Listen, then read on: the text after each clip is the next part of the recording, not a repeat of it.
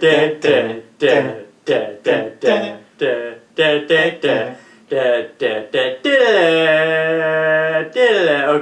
Hi guys, Ace here. And I'm That Weird Collector.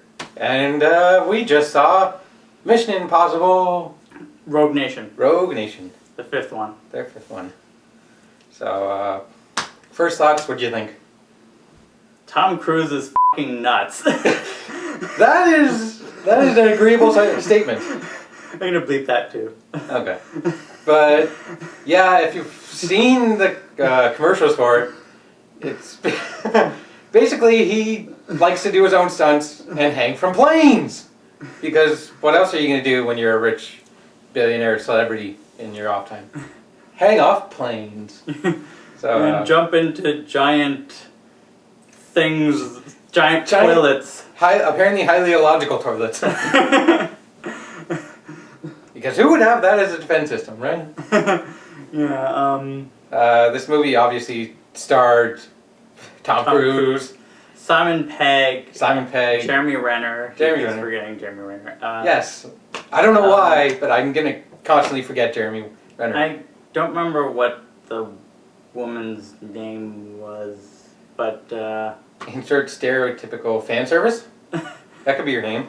and then there's Alec Baldwin, who just Who's just a guy CIA in agent. I will stop you from creating mayhem kind of character. Yeah, he really doesn't do a lot. He doesn't do much, but he's still somehow involved up until the end where he gets all the credit for what happened.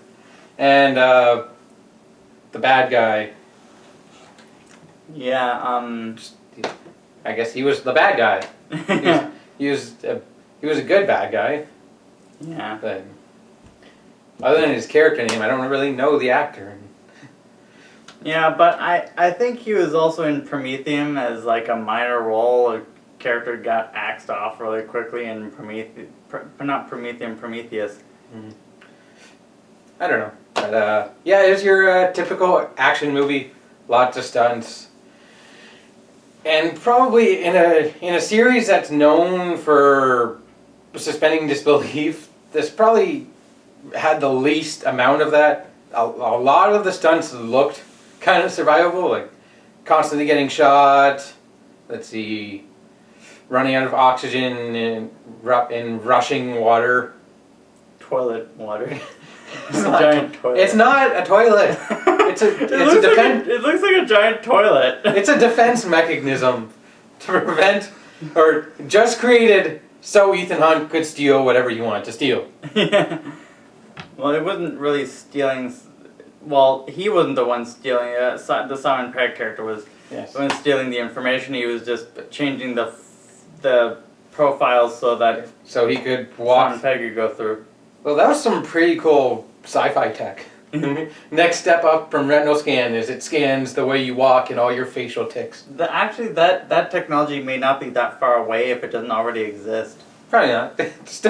Still highly impractical, but cool. I'd like to have that as my entrance to my apartment, though, to see how hilarious it's like.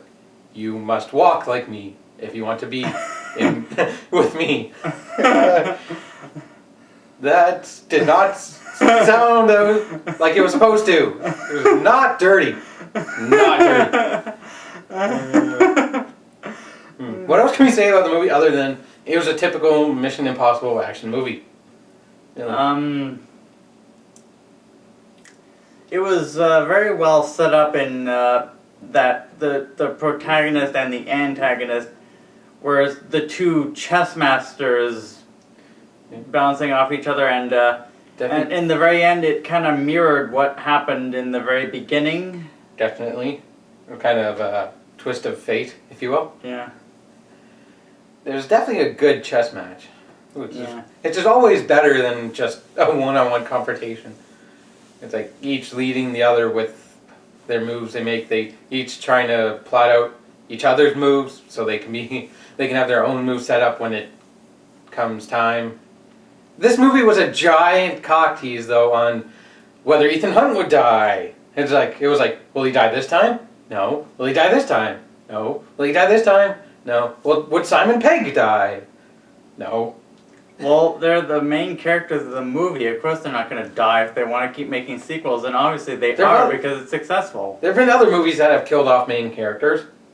I mean, it wouldn't be a first if they decided to. Yeah, Yeah. but then it creates a problem for them when they make a sequel because they have to find a way to bring them back to life. No, they could just continue without them. There've been movies where like the next movie is like, oh, it starts out at the graveyard at the end of the last movie. But North American movies don't do that very often. whether the main character and the female lead would get together, I guess. There's other cockies that they were like, are they? Are they? Not right now, but are they? Oh, here they are again. Suddenly in the same place every single time. They need to be in the same place. And a change of pace is that this time the second-hand baddie was, the right-hand baddie was taken down by the female character instead of the protagonist. The Bone Doctor. That is an awesome nickname. Just go around and scare everyone because you're known. Bonesaw! He had a knife that was essentially a bone saw. You know, from the first Spider-Man movie, Bonesaw! Trying to think of other things, really.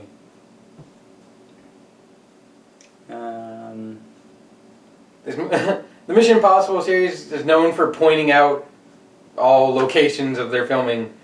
And if you watch Cinema Sins, you'll know that that is a sin. And I noticed and tend to exploit the sin.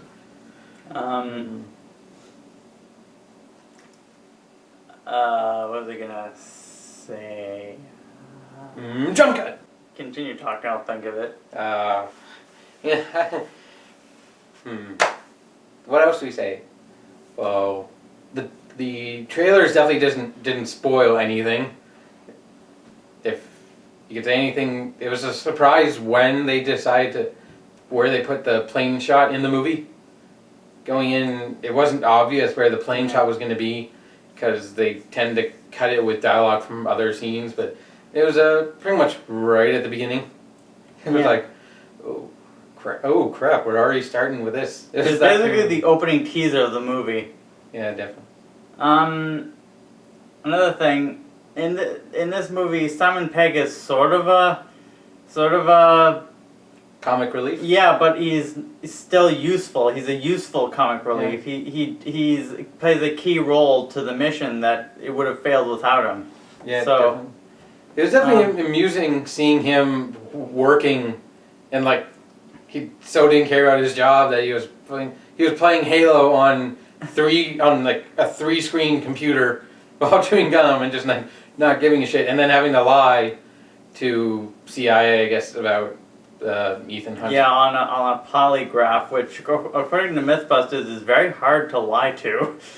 Yet somehow they decided, according to Mission Impossible logic, he lied to it pretty easily.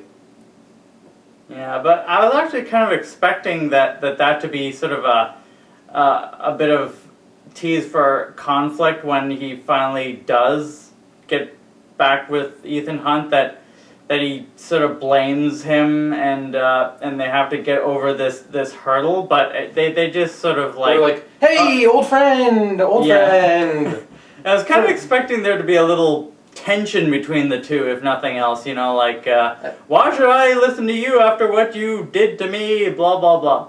But no. Didn't happen. Simon Pegg's just like, hey, let's do this whole thing again. I want it. He actually had an argument, over with Ethan, because Ethan wanted him to leave and, like, not join in. He's like, hell no, I want to join you. Like, that was the closest we came to tension between the two of them. And then Ethan's like, okay. Yeah, it was just like, okay. It's like, Ethan's like, what am I going to do to make him... Never mind, I'm just going to let him. And then he had quite a lot of arguments with Jeremy Renner's character. Yeah. Just arguing over whose point of view was better to go with. And they always go with Ethan's point of view, because apparently... I like how there are multiple sides to this in play, where there was the CIA trying to find Ethan Hunt and stop him. There was the Syndicate, which is the villain and is trying to ruin the world. And Then there's the MI6, which is trying to cover up the Syndicate from and not going to give too many spoilers, but yeah, it's a whole bunch of different sides all having different interests and part in the plot, which is really interesting. And I think my favorite scene was when the CIA sent men after Ethan to his, I guess, apartment in DC, and like it's almost telling us he's there. It wasn't in DC. It was in Cuba. It wasn't his apartment. The CIA guys weren't in Cuba. That's the thing. They weren't in Cuba. No, Ethan Hunt. He was in. No, he wasn't in Cuba. Yeah, he was in Paris because he looked out the window and there was the Eiffel Tower. Okay. I guess you didn't see that, but I saw it. Obviously, I didn't pay attention, but it's like they're making the connection that he's in a room that the CIA agents are trying to take down, and like you can hear him breathing while the CIA agents are there. But they knock down the door, and it turns out he's just watching them on camera, and like it's like, oh, he's just trolling CIA. Is essentially what he's doing by hiding this much, which I thought was hilarious. And he also was leading them to all the photos of the. He's essentially telling them all he knows without physically telling them all he knows. Yeah. He's like, here, look at this stuff. Jeremy Renner, you'll understand what it means. Apparently this movie thought people wouldn't fall off motorcycles that are dangling at an impossible angle on the road. I guess it's spoilers, but they're all on motorbikes and they all go at like an angle that looks like they'd all fall off the motorcycle, but nobody falls off a motorcycle unless they're knocked off the motorcycle. Yeah, and then like just before that, illogical car bouncing. Yeah, but the Ethan Hunt, Tom Cruise is like starts driving the car to chase them after having just been like resuscitated from drowning. Yeah. And he's like in the scene where he falls down the toilet bowl, he actually runs out of oxygen. I guess this is a pretty big spoiler for that scene in the commercials, but he's saved and like basically brought back from death. And then one jump cut later, he's driving a car like nothing's wrong. Except he tried to slide over the car roof, but failed horribly. Like I think he hit it and Simon Pegg is like, "Are you okay to drive? You were just dead a minute ago." He's like, "What?" Yeah. It's like, "Oh, was it?" It's like this. The movie likes to make fun of itself because there's a scene in the beginning. It's just a flesh wound. But there's a scene in the beginning where they're getting the IMF disbanded, and all Jeremy Renner can say is, "I cannot agree. Like, I cannot say there was a mission. I can neither confirm nor deny anything without the secretary's approval." And at the end, they cut back to the same place, and they ask him a question again, and he's like, "I cannot confirm nor deny." And then he goes up to Alec Baldwin and was like, "Secretary." I really thought the movie liked to make fun of itself with a lot of its humor. It's a bit of a spoiler, but not a main plot spoiler. You kind of know. Yeah. They're gonna make sequels, so you know that the IMF's gonna be. Yeah. Back, but yeah. Jeremy Renner provided good comedy at times, kind of like making fun of the movie while in the movie. Yeah. The big black guy with their... Yeah, the Ving Rhames is the actor's name. I don't know if he was a stereotype, but he was more impressive as a hacker than Simon Pegg was. Well, the thing is, he was in the first movie as one of Ethan Hunt's best friends, and he was the hacker in that one. So he's had a long time to learn how to do it in basically milliseconds. It's literally Jeremy Renner's like, how long can you identify her? Already done. He's like, how long is it gonna take, Bounder? Yeah, pretty much. It took him milliseconds to find. Look, you're like, wow, this guy's pretty good.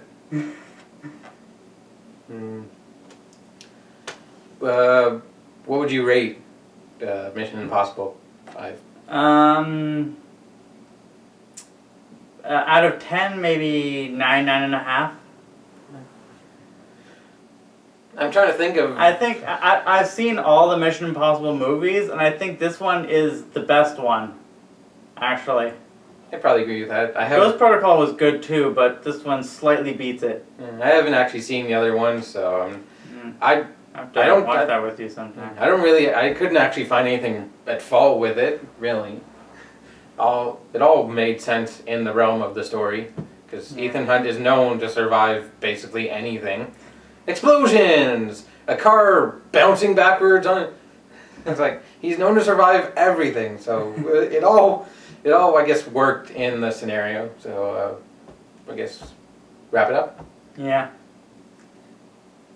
So until next time, Bye. bye.